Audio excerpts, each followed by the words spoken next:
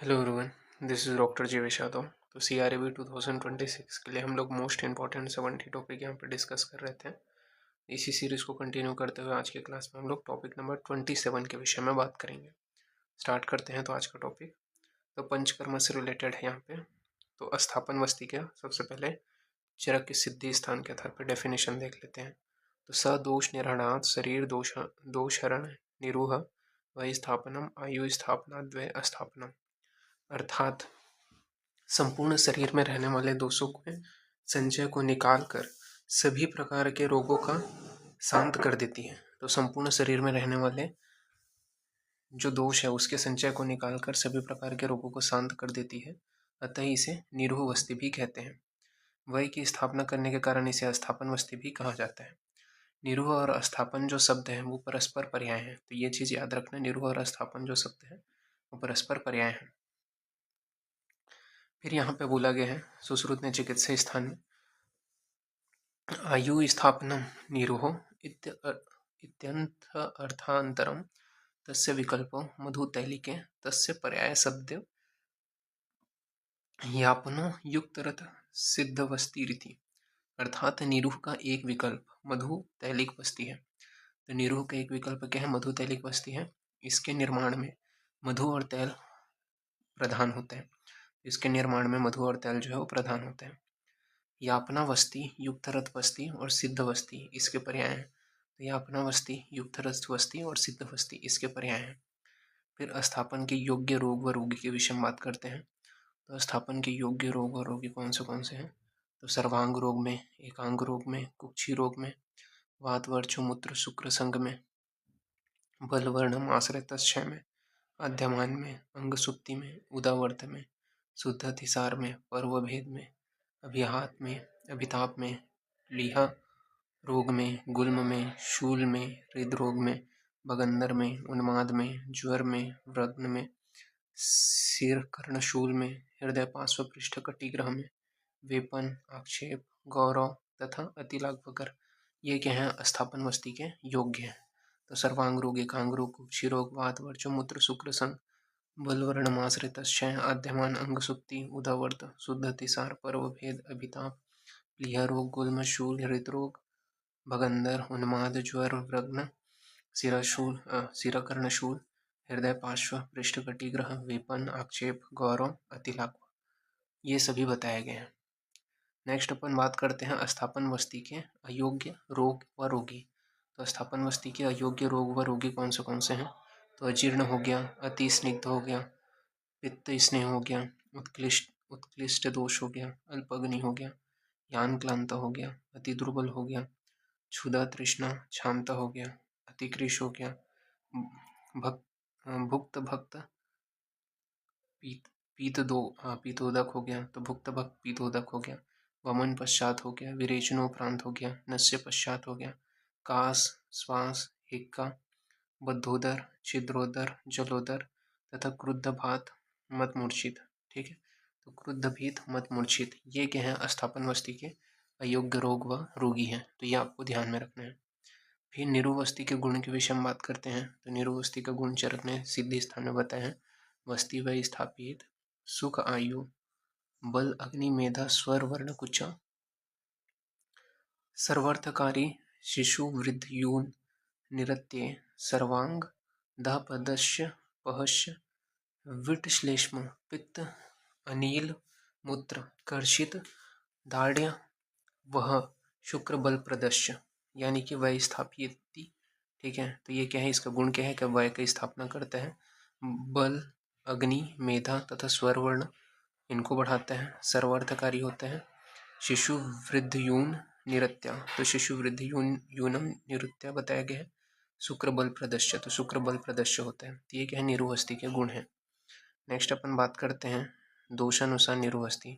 तो दोषानुसार निरुहस्ती में बताया है एको अपकर्ष्य नित्य अनिला स्वाम गतिपित्त द्वितीयस्तु कप तृतीय, यानी कि कप में एक, पित्त में दो और वात में एक, पित्त में दो और कप में तीन निरुहस्ती देते हैं दोष अनुसार। तो एक, दो, तीन ये बताया गया वात पित्त कफ में। फिर बात करते हैं प्रथम देव अस्थि कौन सा है? तो प्रथम देव अस्थि बोला गया है कि स्वमार्ग से वायु को बाहर निकालती हैं। तो प्रथम देहावस्थी क्या करता है, स्वमार्ग से वायु को बाहर निकालती है। द्वितीय बार जो देहावस्थी है वो पित्त को बाहर निकालती है। तृतीय बार देहावस्थी कफ को बाहर निकालती है। फिर वस्ती में औषध के मिलाने का जो क्रम है वो यहाँ पे बताया गया है। पूर्व ही दग्ध्य मधु सैंधव तु स्नेह विनिर्मर्थे ततो अनुकल्कम, यानी कि सबसे पहले मधु, फिर लवण यानी कि संधव, फिर स्नेह यानी कि घृत तेल, फिर कल्क में क्वाथ के द्रव्यों को डाल करके वस्ती यंत्र द्वारा प्रयोग करें। तो ये यहाँ पे बताया गया है। ठीक है, औषध द्रव्यों को मिलाने का क्रम। फिर निरुवस्ती की मात्रा के विषय में बात करते हैं। तो 1 वर्ष तक आधा प्रशिति, फिर 12 वर्ष तक प्रति वर्ष आधा आधा प्रशिति बढ़ाते जाना है। 1 से 12 वर्ष तक एज के अकॉर्डिंग बढ़ाते जाना है आधा आधा, तो 2 प्रशिति। ठीक है, फिर 12 वर्ष में 6 प्रशिति आ जाएगा। फिर 12 से 18 वर्ष में एज के अकॉर्डिंग 6 प्रशिति। फिर 18 तक जो है 6 से मतलब आपको 12 से 18 तक एक एक प्रशिति बढ़ाना है। तो 18 वर्ष में क्या हो जाएगा, 12 प्रशिति। फिर 18 से 70 वर्ष तक कांस्टेंट रहेगा 12 प्रशिति, और 70 वर्ष से अधिक होने पर 10 प्रशिति होते हैं। 16 वर्ष के बराबर मात्रा बताया गया है, तो ये आपको ध्यान में रखना है 70 वर्ष में। नेक्स्ट अपन बात करते हैं निरुवस्ती में औषध द्रव्यों का क्वाथ 1/5 भाग यानी कि 2.5 प्रशिति। वातज विकृति में स्नेह जो होता है उसका 1/4 भाग यानी कि 3 प्रशिति। पित्तज विकृति में स्नेह के 1/6 भाग यानी कि 2 प्रशिति। और कफज विकृति में स्नेह का 4/8 भाग यानी कि 1.5 प्रशिति बताया गया। फिर द्वादश प्रशितीय निरुवस्ती के घटक के विषय में बात करते हैं। तो द्वादश प्रशितीय निरुवस्ती के घटक है वातज में 5 प्रशितीय क्वाथ, 1 प्रशितीय कल्क, 3 प्रशितीय स्नेह, 1.5 प्रशितीय मधु और 1.5 प्रशितीय सैंधव का प्रयोग करते हैं। पित्तज में 5 प्रशितीय क्वाथ, 1 प्रशितीय कल्क, 2 प्रशितीय स्नेह, 2 प्रशितीय मधु और 2 प्रशितीय सैंधव का प्रयोग करते हैं। इसी प्रकार कफज में 5 प्रशितीय क्वाथ, 1 प्रशितीय कल्क, 1.5 प्रशितीय स्नेह, 3 प्रशितीय मधु और 1.5 प्रशितीय सैंधव का प्रयोग करते हैं।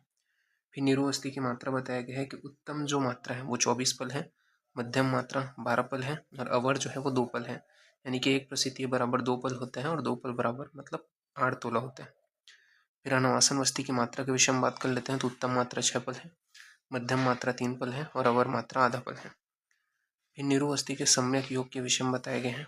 तो सुश्रुत ने बताया है निरुवस्ती के सम्यक योग होने पर क्या लक्षण देखने को मिलते हैं। तो यस्य क्रमेण गच्छति विड पित्त कफ वायव लाघव चौपजायते सुनिरूढ़ तमादिशे, यानी कि प्रसृष्ट वीणमूत्र का समीर हो जाता है, भोजन में रुचि होता है, अग्नि की वृद्धि हो जाती है, पक्वाशय में लघवता आ जाता है, रोगों की शांति हो जाती है, आरोग्य तथा बल की प्राप्ति होती है।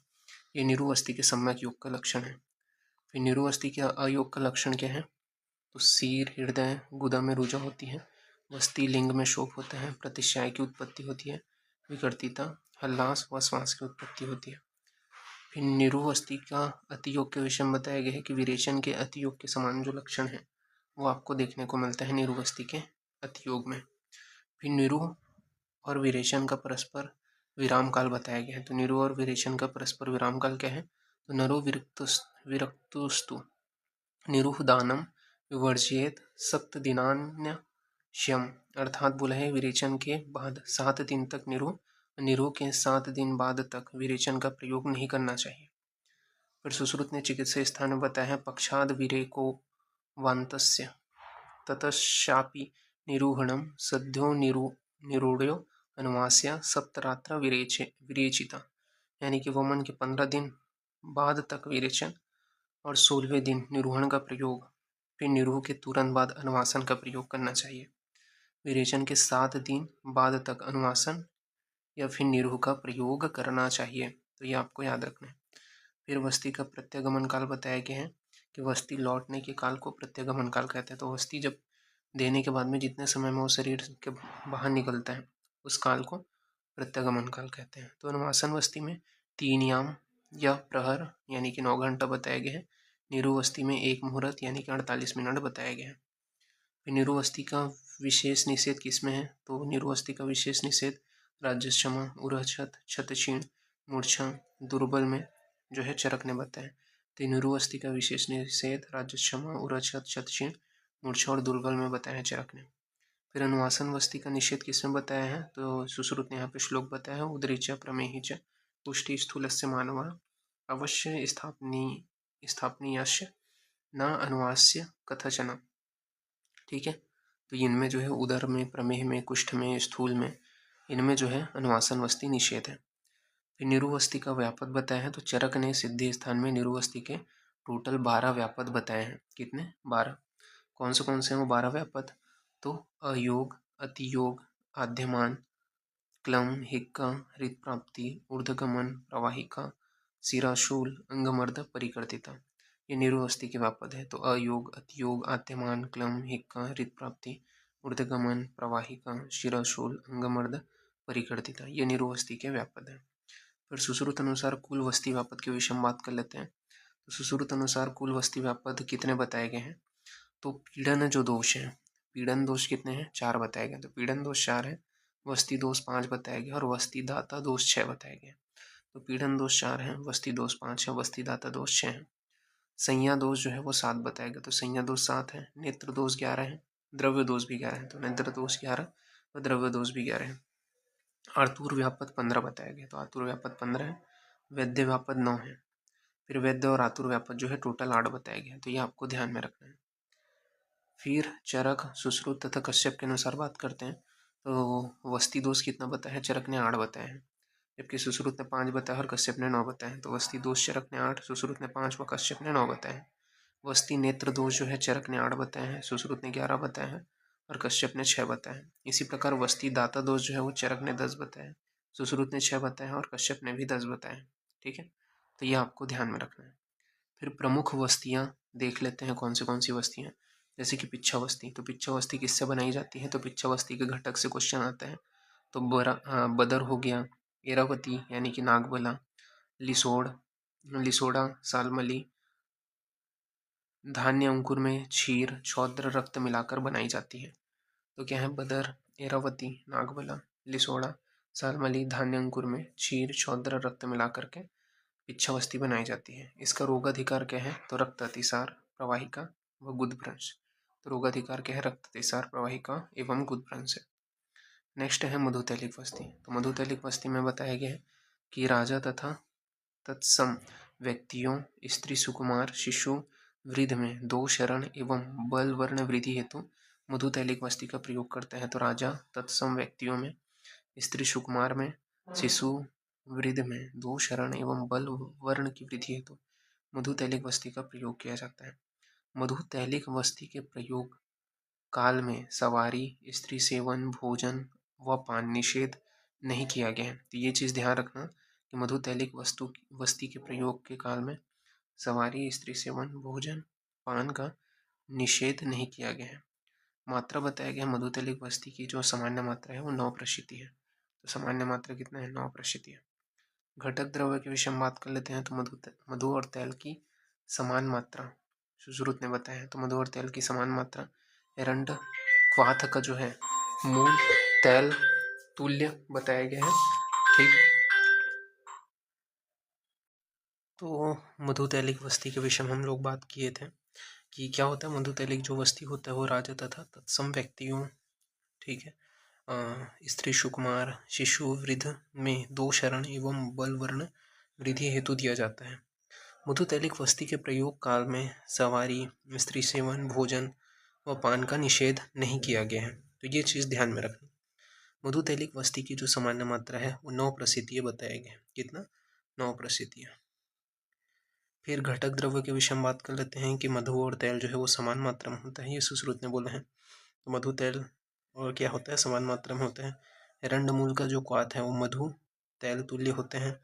शतपुष्पा आधा पल होते हैं, मदन फल 1 पल होता है और सेंधव नमक 1/4 पल होता है।